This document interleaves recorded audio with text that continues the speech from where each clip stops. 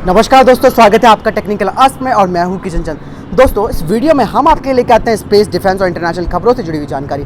तो चलिए देख लेते हैं। दोस्तों, यहाँ पे अगर सबसे पहले डिफेंस अपडेट की बात करते हैं तो बीएसएफ को लेकर आ रही है और पाकिस्तान अब क्या कर रहा है ये भी आप जानेंगे कि किस तरीके से घुसपैठ कराने की कोशिश कर रहा है। उस बात का खुलासा अब फिर से उजागर हुआ है। दरअसल दोस्तों, पाकिस्तान आतंकियों को भेज तो पा नहीं रहा क्योंकि बीएसएफ बहुत ज्यादा सख्त है और बॉर्डर पर पोजीशन हर तरीके से मजबूत बना के रखी हुई है और किसी भी तरीके की कोई गतिविधि आतंकियों की नहीं हो पा रही है एलओसी को पार करने के लिए। लेकिन जो नया तरीका इन आतंकियों ने अपनाया है वो भी आप जरूर जान लें। बीएसएफ ने भारत पाकिस्तान अंतर्राष्ट्रीय सीमा पर एक बाड़बंदी के पास एक सुरंग का पता लगाया है। बीएसएफ ने बताया कि उन्होंने फोर्स को पूरे इलाके में लगाया और एक अभियान चलाया ताकि पता लगाया जा सके कि कहीं कोई ऐसी सुरंग तो नहीं है जहां से आतंकी भारत में घुस सके। लेकिन ऐसे में एक बड़ी सुरंग बीएसएफ के जवानों को मिली और इसका मकसद केवल और केवल आतंकवादियों को घुसपैठ कराने और ड्रग सप्लाई और हथियारों को तस्करी करने के लिए किया गया हो। आपको बता दें कि बीएसएफ के जवानों ने जब गश्त की तो भारतीय क्षेत्र में इस सुरंग का पता लगा। अधिकारियों ने यह भी बताया कि जब इस सुरंग का निरीक्षण किया गया तो उसके मुहाने पर रेत की बोरियां मिली जो कि पाकिस्तान में बनी है और हाल ही में हुई बारिश के बाद कुछ स्थानों पर जमीन धंसने से बीएसएफ को आशंका हुई। अधिकारियों ने बताया कि सुरंग का पता लगाने के लिए तत्काल मशीनें मंगाई गई। मौके पर निरीक्षण करने के पता चला कि सुरंग अभी निर्माणाधीन है जिसकी लंबाई करीबन 20 मीटर है।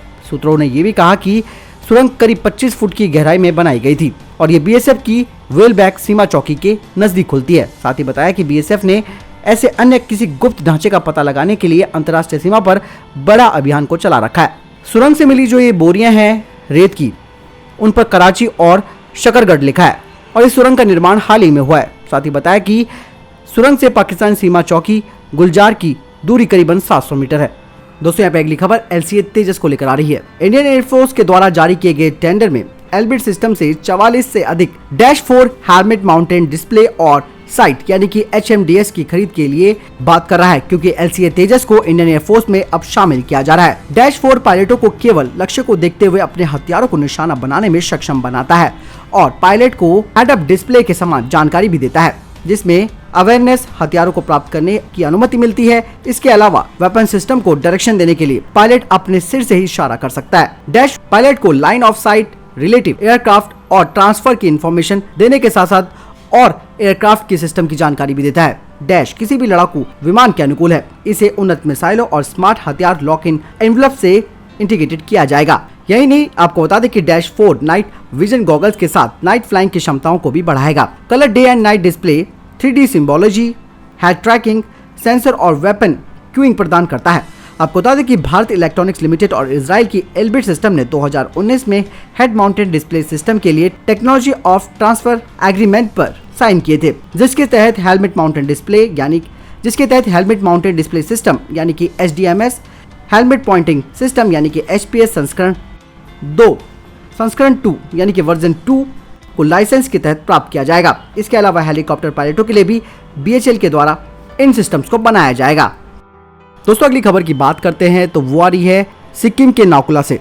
दरअसल चीन की गतिविधियां अब काफी तेज हो रही हैं। भारत और चीन के बीच लद्दाख LAC पर पिछले 4 महीने से तनाव जारी है जहां भारतीय सेना लगातार अलग अलग क्षेत्रों में चीनी सेना का आमना सामना कर रही है। वहीं चीन अपनी तरफ LAC में निर्माण कार्य भी तेज कर रहा है। सैटेलाइट की तस्वीरों से खुलासा हो चुका है कि चीन की पीपल लिबरेशन आर्मी डोकलाम और नाकुला पर मिसाइल साइट बनाने में जुटी है। इन इलाकों पर चीन अपने हवाई रक्षा सिस्टम को बेहतर करना चाहता है।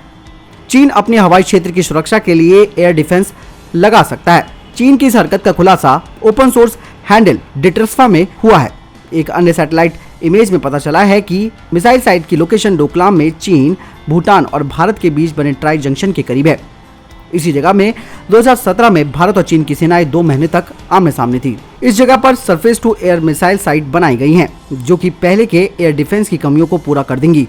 बता दें कि भारत काफी लंबे समय से डोकलाम और पूर्वोत्तर के कई इलाकों में चीन की हरकतों पर नजर रखने के लिए हवाई सर्विलांसिंग मिशन करता रहता है और ऐसा माना जा रहा है कि ट्राई जंक्शन पर निर्माण कार्य करके वो भारत और भूटान पर दबाव बनाना चाहता है। चीनी सरकार लंबे समय से भूटान से डोकलाम में सीमा विवाद को लेकर समझौता करने पर अड़ा है। इसी के चलते चीनी सैनिकों ने डोकलाम के करीब विवादित इलाके पर कब्जा कर रखा है। दोस्तों, चीन की विस्तारवादी नीति जग जाहिर है और ऐसे में चीन हर तरीके का प्रयास कर रहा है जमीन को हड़पने के लिए। वहीं दोस्तों अगली खबर भी चीन को लेकर आ रही है। चीन अपनी सीमाओं पर सेना के लिए सामान पहुंचाने के लिए दशकों से सड़कों का जाल बिछा रहा है। उसकी नजर लद्दाख की सीमा से लगे क्षेत्रों में टिकी है। यही कारण है कि वो समय समय पर लद्दाख से सटे इलाकों को सड़क मार्ग से जोड़ने के लिए निर्माण कार्य करता रहता है। एक रिपोर्ट के अनुसार एक और सड़क का निर्माण उसने शुरू कर दिया है। ये सड़क चीन की पीपल लिबरेशन आर्मी को लद्दाख तक पहुंचने और हथियारों की सप्लाई करने में मददगार साबित होगी।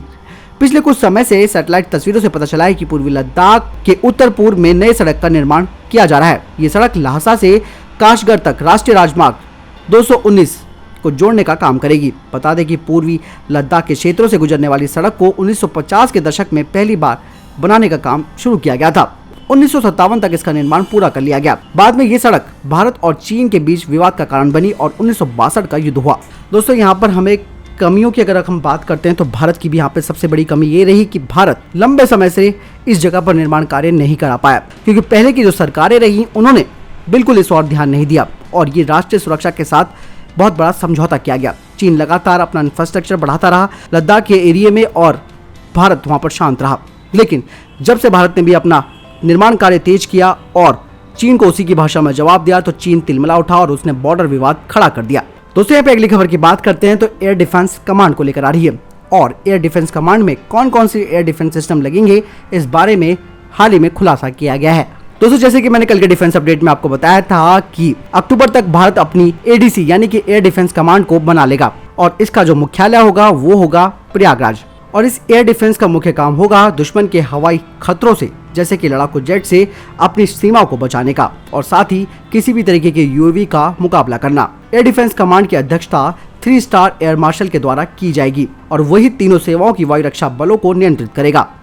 आपको बता दें कि इसमें रूस से आने वाली S-400 सतह से हवा में मार करने वाली मिसाइल डिफेंस सिस्टम जो कि आ जाएगी उसको भी लगाया जाएगा। इसके अलावा पहले से ही स्वदेशी आकाश, इजरायली स्पाइडर और सोवियत मूल के पिकोरा OS के AK होंगे और इसके साथ ही इग्ला S सिस्टम को भी एयर डिफेंस कमांड में शामिल किया जाएगा। यही नहीं आपको बता दें कि प्रधानमंत्री के द्वारा कहा जा रहा है कि जम्मू और कश्मीर राज्य में भी एक अलग से थिएटर कमांड बनाया जाए जिससे भारत अपनी सुरक्षा आवश्यकताओं को पूरा करने के लिए देश में इस तरीके के 5 थिएटर कमांड बनाने का विचार कर रहा है। दोस्तों यहाँ पे अगली खबर की बात करते हैं तो आ रही है रूस को लेकर। भारत ने साफ साफ मना कर दिया है कि लद्दाख में टेंशन को देखते हुए भारत सैन्य अभ्यास में रूस में अपने सैनिकों को नहीं भेजने वाला, क्योंकि इस कवाच 2020 में पाकिस्तानी और चीनी सैनिक भी आ रहे हैं। हालांकि भारत ने यहाँ पर यह भी कहा कि कोविड-19 की वजह से स्थिति बिगड़ सकती है और ऐसे में जिस क्षेत्र में यह युद्ध अभ्यास किया जाएगा यानी कि अस्त्राखान में वहां 70,000 से अधिक पॉजिटिव मामले हैं। आपको बता दें कि साउथ ब्लॉक में उच्च स्तरीय बैठक में विदेश मंत्री S Jaishankar, CDS general Vipin Rawat मौजूद थे और उस बैठक में ये फैसला लिया गया है। लेकिन दोस्तों आपको बता दें कि भारतीय रक्षा मंत्री राजनाथ सिंह संघाई सहयोग संगठन यानी कि SCO की रक्षा मंत्रियों की बैठक में 4 से 6 सितंबर को भाग लेंगे। लेकिन संभावना ये है कि भारत किसी भी तरीके से चीन या पाकिस्तान के साथ कोई बातचीत नहीं करेंगे। साथ ही भारत यहाँ पर चीन की विस्तारवादी नीति को मुद्दा बनाकर उठा सकता है। तो दोस्तों यदि आपको वीडियो संबंधित कोई प्रश्न या आपका कोई जवाब है जरूर हमें कमेंट बॉक्स में लिख के बताएं। साथ ही दोस्तों वीडियो को लाइक और डिसलाइक करना ना भूलें और इस चैनल को सब्सक्राइब करना ना भूलें। धन्यवाद दोस्तों अपना कीमती वक्त हमें देने के लिए।